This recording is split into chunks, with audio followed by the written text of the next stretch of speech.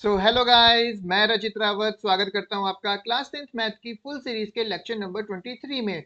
आज की वीडियो हमारे लिए बहुत ही ज़्यादा इंपॉर्टेंट होने वाली है क्योंकि अब हमारा जो है चैप्टर 3 का असली खेल शुरू होने वाला है। 3.2 में स्टेटमेंट सवाल जो बोर्ड में 6 मार्क्स में आते ही आते हैं, कैसे हम उनको चुटकियों में सॉल्व कर सकते हैं, स्टेटमेंट्स को पढ़ के कैसे इक्वेशन बनानी है, सब कुछ हम सीखेंगे आज की वीडियो में। बिना देर किए आगे बढ़ते हैं। This is our first question that states the difference between two number is 26। जब भी हमको स्टेटमेंट वाले सवाल आएंगे ना, हमने सबसे पहले बहुत ही ज़्यादा अच्छे से इसकी इक्वेशन को पढ़ना है और उसमें से वो डाटा एक्सट्रैक्ट करना है जो हम निकाल सकते हैं। जैसे कि difference between two number is 26। अब हमें नहीं पता कि वो दो नंबर कौन कौन से हैं, हम एज्यूम करेंगे कि वो दो नंबर x और y में से कोई है। लेट्स कैसे करना है इन क्वेश्चंस को सॉल्व। हम सबसे पहले लिखेंगे लेट द फर्स्ट नंबर, क्योंकि हमारे पास जो है दो नंबर है तो मैं मान लेता हूं जो मेरा फर्स्ट नंबर है वो x है। And let the second number, और जो मेरा सेकंड नंबर है वो मेरा y है।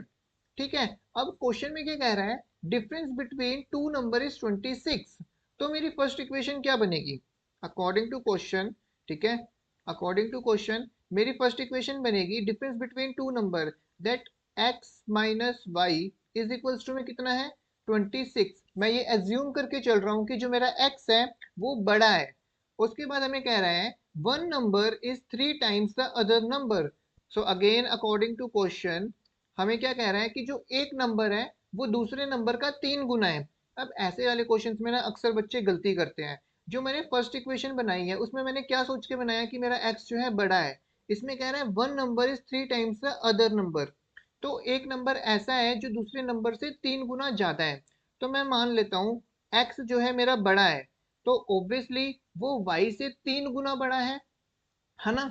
अब इन दोनों के बीच में अगर देखो, इन दोनों के बीच में इक्वल्स टू का निशान है, इट मींस कि मेरा x और मेरा y दोनों जो है इक्वल है। ये दोनों इक्वल कब होंगे? हमें तो पता है ना कि मेरा जो x है वो थ्री टाइम्स बिगर है। अगर मैं y को भी थ्री से मल्टीप्लाई कर दूं तो क्या ये दोनों इक्वल हो जाएंगे? Exactly exactly। हमारा जो है x है वो थ्री टाइम्स ऑफ y है।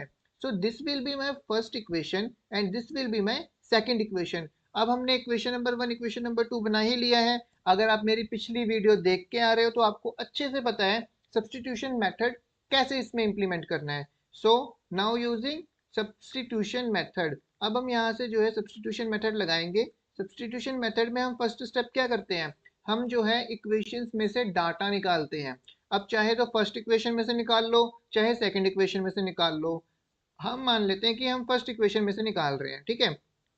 x की वैल्यू मेरी यहाँ पे कितनी आ जाएगी 26 minus y, sorry plus y. देखा, यही गलती तो बच्चे करते हैं। बच्चे बोर्ड में भी कई बार ये चीजें जो है स्किप कर जाते हैं कि जब माइनस का y इज इक्वल टू के इस साइड आएगा तो वो बन जाएगा प्लस का y। अब ये जो है मेरी थर्ड इक्वेशन है। x की वैल्यू कितनी है 26 प्लस वाई। मैं क्या करूंगा, I will put value of x in equation number, कौन सी इक्वेशन में, इक्वेशन नंबर टू में। इक्वेशन नंबर टू क्या कहती है, x इज इक्वल्स टू में थ्री वाई। x की वैल्यू कितनी है 26 प्लस वाई, x की जगह मैं लिख दूंगा 26 plus y is equals to में थ्री वाई। अब जो है मेरा y इस साइड से इधर जाएगा, जब इज इक्वल्स टू के उस साइड जाएगा तो उसको टैक्स देना पड़ेगा, उसको अपना साइन उल्टा करना पड़ेगा, प्लस का y बन जाएगा माइनस का y।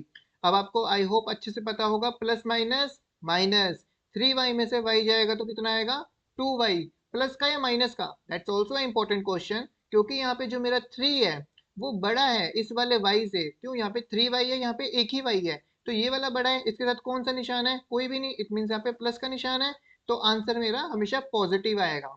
अब यहाँ पे टू जो है y के साथ मल्टीप्लाई कर रहा है, इज इक्वल्स टू के इस साइड आके साइन चेंज यानी कि डिवाइड करेगा, टू से इसको हम काटेंगे तो y की वैल्यू कितनी आ जाएगी 13।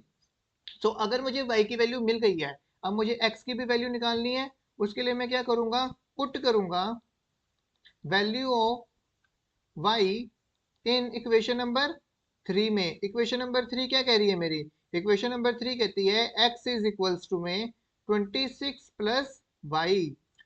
x इज इक्वल्स टू में 26 प्लस y की वैल्यू कितनी है 13।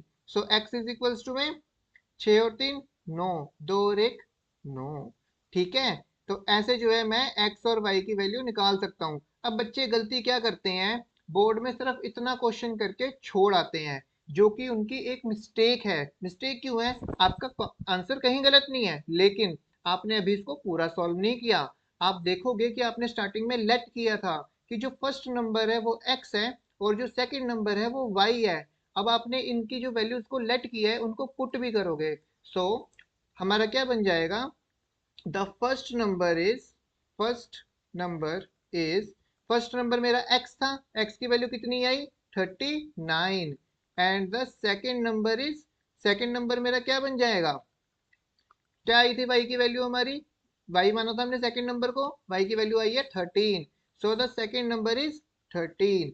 This is the my final answer. अगर आप बोर्ड में यहां तक सवाल करके आओगे तब आपको इसमें पूरे मार्क्स मिलेंगे। और मैं आपको अच्छे से बता दूं, स्टेटमेंट वाले सवाल चैप्टर 3 के 6 नंबर में आते ही आते हैं।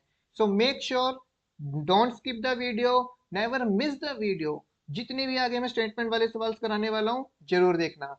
Thank you guys, I hope आपको ये क्वेश्चन समझ आया होगा। Thank you for watching.